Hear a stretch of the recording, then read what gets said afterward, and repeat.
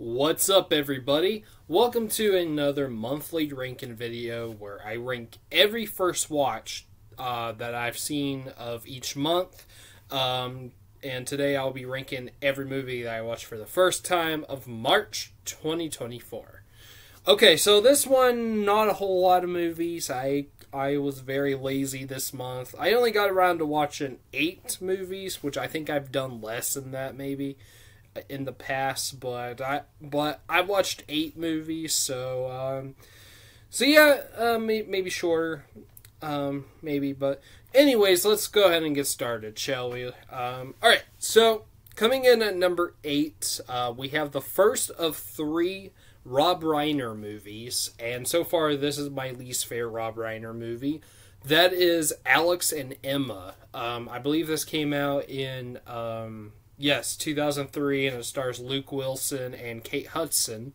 Yeah, I didn't like this movie. It was boring. It wasn't good. Kate Hudson was okay. Her acting was fine, but Luke Wilson's acting wasn't very good. I do like Luke Wilson in some movies, like some of the Wes Anderson movies. I mean, honestly, Royal Tenenbaums. He was even my favorite in that movie. And Bottle Rocket as well. And I even like him in Old School, too. But this one, yeah, he wasn't good in it. And him and Kate Hudson, even though, like I said, Kate Hudson wasn't bad, but they didn't really have any good chemistry in this movie. And it was just not interesting. It's a rom-com, and it's kind of disappointing just because Rob Reiner has made the best, in my opinion, the best rom-com ever made. That is When Harry Met Sally. So he's capable of doing a good rom-com, but he didn't this time. This one just wasn't good. It wasn't good. It wasn't interesting. It wasn't funny. Yeah. Just boring. And just not a good movie. I don't hate it, but I don't like it either. I gave it a 3 out of 10, and it's just, yeah. Not for me. It's my least favorite Rob Reiner movie so far. So yeah, Alex and Emma, that's my number 8. Coming in at number 7, we have the first of 2 Disney movies on here. After this is another Disney movie. But getting back into watching Disney movies for my Disney ranking I'm still working on. And these 2 are still part of the World War II era films, just like the anthology films, if you will. But my number 7 is Melody Time, and so far I think this is my least favorite out of all of those World War II anthology films. Yeah, it was like Alex and Emma. It was boring. I mean, I guess slightly better than Alex and Emma, but I still didn't like it. It was just boring and just, yeah, didn't like the songs in it. Didn't really care for the stories in it. Donald Duck was barely in it, but I love Donald Duck, but no. Yeah, didn't care for it. Melody Time, that's my number 7.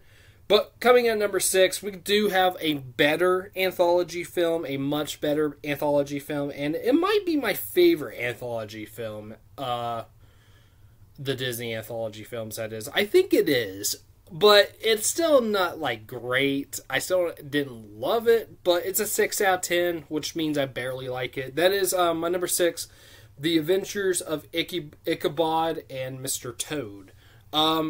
This only has 2 stories, the Mr. Toad story and the Ichabod story, the Sleepy Hollow, basically, story, Headless Horseman. Yeah. Now, I have heard that a lot of people liked the Headless Horseman story a lot better, and either they don't like the Mr. Toad one, or they just think it's okay. I gotta be honest, I kind of liked the Mr. Toad one just a little bit better.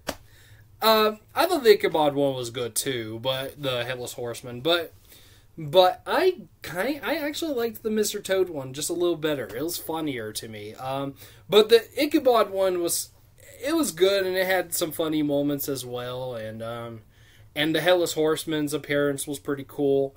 Overall, it was a decent anthology film, and I think, like I said, I think even my favorite, but it's still not one of my favorite Disney movies, I would say. Like, no.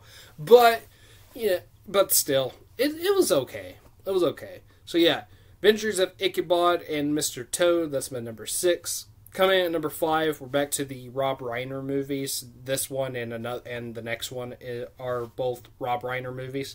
My number 5 is The Magic of Belle Isle, starring Morgan Freeman and one of my celebrity crushes, Virginia Madsen. This movie was okay. I thought this movie was pretty decent. It was pretty funny. I thought Morgan Freeman was actually hilarious in this movie. He was just a grumpy old man. And it's usually kind of the opposite of, at least of what I've seen of Morgan Freeman, because he's usually a happy dude. This one, he definitely had some happy moments, but, and on the poster, he's even smiling, too. Hold on. Well, okay, I can't zoom, but anyways, but a lot of the movie, he's very grumpy, and those moments were really funny. He was good in it. Virginia Madsen as well. I'm always happy to see her, because I love her. And even Kenan Thompson is in this movie. He plays Morgan Freeman's nephew. Sorry, my phone. Okay. Also, the late great Fred Willard is even in this movie. He's only like in 2 or 3 scenes. His character was kind of annoying, though. I didn't really care for his character. But the 3 girls in the movie that are Virginia Madsen's daughters, I thought were alright. I thought they're pretty good. I thought the middle daughter was actually pretty good. I think she's the one that had the most focus. And she had good chemistry with Morgan Freeman. Virginia Madsen did as well. It was an okay movie. It was a decent movie. It wasn't too into the story, but I thought as a movie itself, I thought it was decent. It was just decent to me. So yeah, The Magic of Belle Isle, that's my number 5. But coming in at number 4, now this one might shock some of you, because this is often regarded as Rob Reiner's worst movie, and it's also regarded as one of the worst movies of the 90s. I gotta be honest, I don't get it.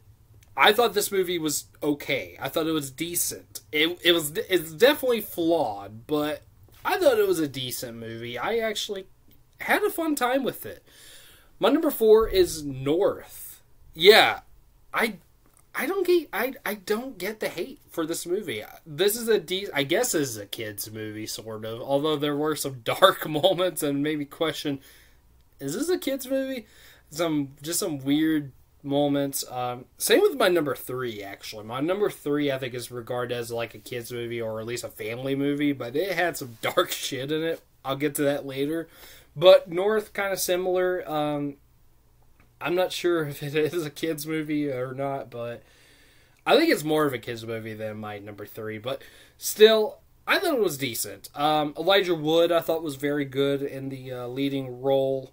There's some other people in it. There's actually a lot of famous people in this movie. Like Jason Alexander and what's her name? Julia Dreyfus, Louise Dreyfus, I think, both from Seinfeld. They play North's parents. And you also got people like Dan Aykroyd and Reba McEntire, a person I don't like at all. She was okay in this movie, I guess. She was less annoying than she usually is. Man, there's so many. Oh yeah, I already said Dan Aykroyd. I meant to say John Lovitz. John Lovitz is in this movie as well. There were so many. That's right, Scarlett Johansson as well. I almost forgot to mention her. Scarlett Johansson, this was her first movie, and she was just a little kid. It was really crazy seeing her that young, but yeah. And also John Ritter as well, the late great John Ritter, I should say. And of course, I can't leave out Bruce Willis, who, in my opinion, was the best thing about this movie. If you don't like this movie, fine, but you got to admit that Bruce Willis was the best. This guy was, Bruce Willis was amazing. He played multiple characters. I think he's mostly known for the bunny, the Easter Bunny, but he played like multiple characters, and he was the best. He was the best part about this movie, I liked the ending too. I thought the ending was actually pretty realistic because the rest of the movie isn't realistic. I'm not going to reveal it just in case you want to watch it, but I was like, okay, that makes a lot of sense. Like as soon as the ending happened, yeah. But one thing I will say that I didn't care for the editing. I thought the editing was very messy, and the pacing too wasn't great. But I still thought it was a decent movie. I don't get the hate. I think it's okay. Like, I don't see... The only thing, like I said, is the editing and the pacing. That's the only things I could see that's not good about this movie. But other than that, I think it's a decent story. I think the performances were good. Yeah, it was fine. I don't understand. Like, it's better than Alex and Emma. I think Alex and Emma is boring as shit. And I even liked it better in Magic of Belle Isle, just because I find it more interesting than that movie. But yeah, North, I didn't mind it at all. And, you know, aside from the few problems I had with it. But yeah, I thought it was a decent movie. So yeah, North, that's my number 4. Coming in at number 3, we have a movie that from the 80s. It's a cult classic, and it was, I believe, Chris Columbus' debut film, if I'm not mistaken.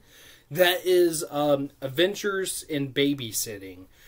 Okay, so this movie was a lot weirder than I thought it was going to be. I have to say my top 3 are all weird movies. This one was actually pretty strange. I wasn't expecting it. I was expecting my top 2 to be weird, but I was not expecting this one to be weird. And it was. It was pretty weird. But yeah, Elizabeth Shue, I thought she was great in this movie. The kids were good. The little girl was really funny. She was like obsessed with Thor. And also I loved Vincent D'Onofrio's short appearance in this movie as Thor. Or I should say Thor, if you've seen the movie. But yeah, this movie was good. It was just really strange.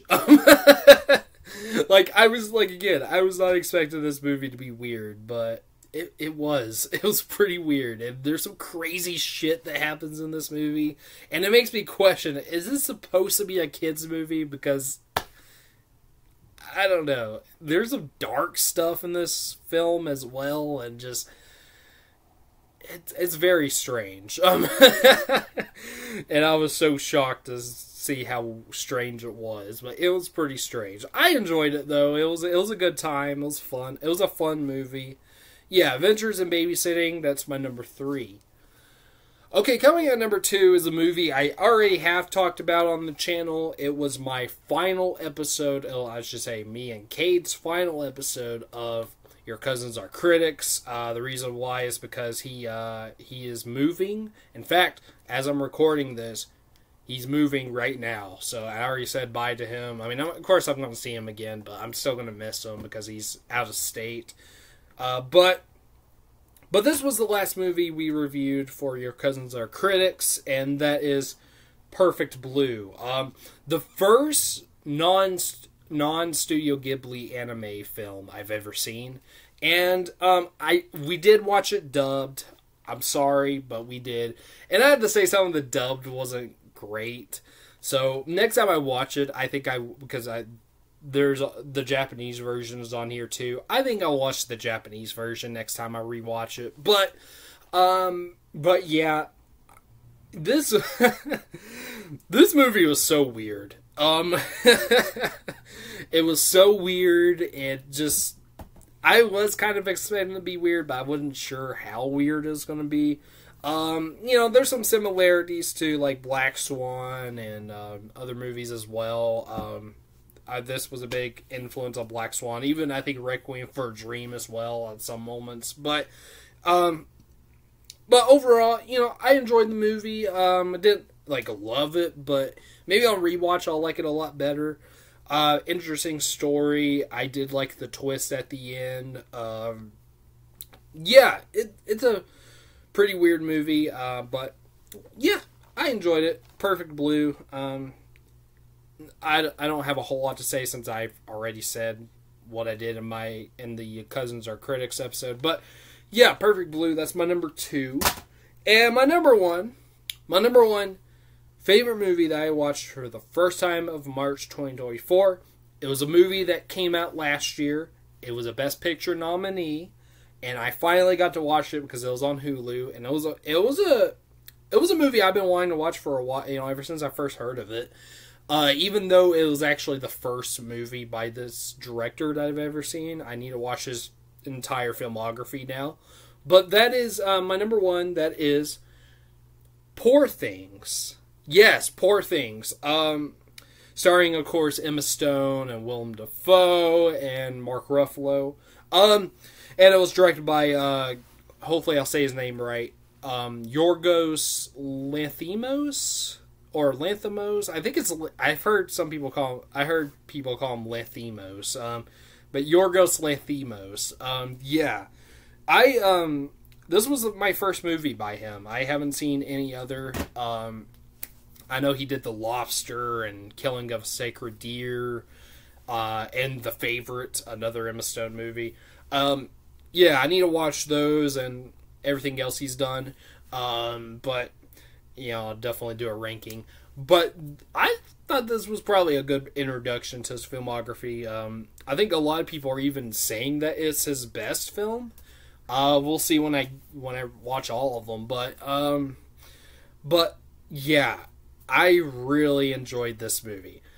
It was weird. It was fucked up. Well, fucked up at some moments and just weird, bizarre. There's some crazy moments as well in the film, but overall, I mean, come on. I like weird movies. There are a lot of weird movies that are too weird for me, but this one, not really. I thought it was actually just a great film. I really enjoyed it. Emma Stone, outstanding performance, in my opinion, her best. Now I know there is some controversy going on. I get maybe it's still going on right now. I don't know, but I know it was when it happened that when Emma Stone won her Oscar for this movie. I think mostly just because everyone wanted what's her name? Lily Gladstone. They wanted her to win. Now, I can't say anything about that because I haven't seen Killers of the Flower Moon yet. Once I do, I'll judge, but I don't know. I'm sure she's great in that movie, but I honestly don't think I'll like her as much as I liked Emma Stone in this movie. And I think even some people said, like, it's because she already has won an Oscar for La La Land, and Lily Gladstone, is a newcomer in the Oscar game, and everyone, and of course, she's like, I think the first, like, Native American woman to be nominated and whatnot. And they think that's disrespectful that she didn't win. I don't know. I haven't seen the movie, but I'm sure she's great. I'm sure I'll love her performance, but I don't know if I'll love her as much as Emma Stone. We'll see, but Emma Stone was that good in this movie, and I'll judge whenever I watch that movie. When I watch Killers of the Flower Moon, I'll judge then, but I will say it was an Oscar-worthy performance from Emma Stone in Poor Things. It was, and honestly, I think that it was even better than her performance at La La Land. She was great in La La Land too, but I thought, yeah, this is definitely my favorite performance of her now in Poor Things. I loved her character, Bella. She was a very interesting character and pretty unique character. Haven't really seen a character like her before, but I really enjoyed her character a lot in this movie. Willem Dafoe, great as always. He's honestly my favorite actor of all time, and I don't know if this is my favorite performance of his. Honestly, it might be Wild at Heart, even though he's just barely in that movie, but I love him in that movie. But still, he was great. Even Mark Ruffalo, who is an actor I honestly don't care for very much, but I thought he was pretty decent in this movie. I thought for the character that he played, who I didn't like the character just because he was a pathetic piece of shit, but he played the character very well. So yeah, even he was good. The visuals in this movie are fantastic. I love the score, even though it was so weird, but I loved it. It was also a funny movie, and I think my favorite line in this movie was, "Excuse me, I'm gonna go punch that baby in the face," or whatever Emma Stone said. That made me laugh so hard when she said that. And the dancing scene was pretty funny as well. The cinematography was outstanding too. A lot of like tracking shots and a lot of like, it reminded me a lot like Stanley Kubrick in a lot of ways. It did. Like, it reminded me of like some films like Barry Lyndon or whatnot. But yeah, it was. I really enjoyed this movie. I loved this movie. I gave it a 9 out of 10, and it's now in. I wouldn't be surprised if it makes, when I update my top 100 favorite movies list for this year, I wouldn't be surprised if that makes it on there, because it was so good, and I would love to rewatch it again sometime. Maybe I'll wait a little bit, but I'll definitely rewatch it. I'll definitely get it too. I definitely want to buy it on DVD or Blu-ray. But yeah, I loved Poor Things. I thought it was outstanding, and now it is now officially my favorite movie of 2023. It beat Knock at the Cabin, which I think most people would be like, "Whoa, duh, that movie's so much better." I mean, I liked Knock at the Cabin, but I know some people don't. That's fine. But of course, it was better than that, and I liked it better. So there we go. Knock at the Cabin's not my favorite movie of 2023 anymore. I mean, I didn't get any backlash from that when I did that ranking, at least not yet.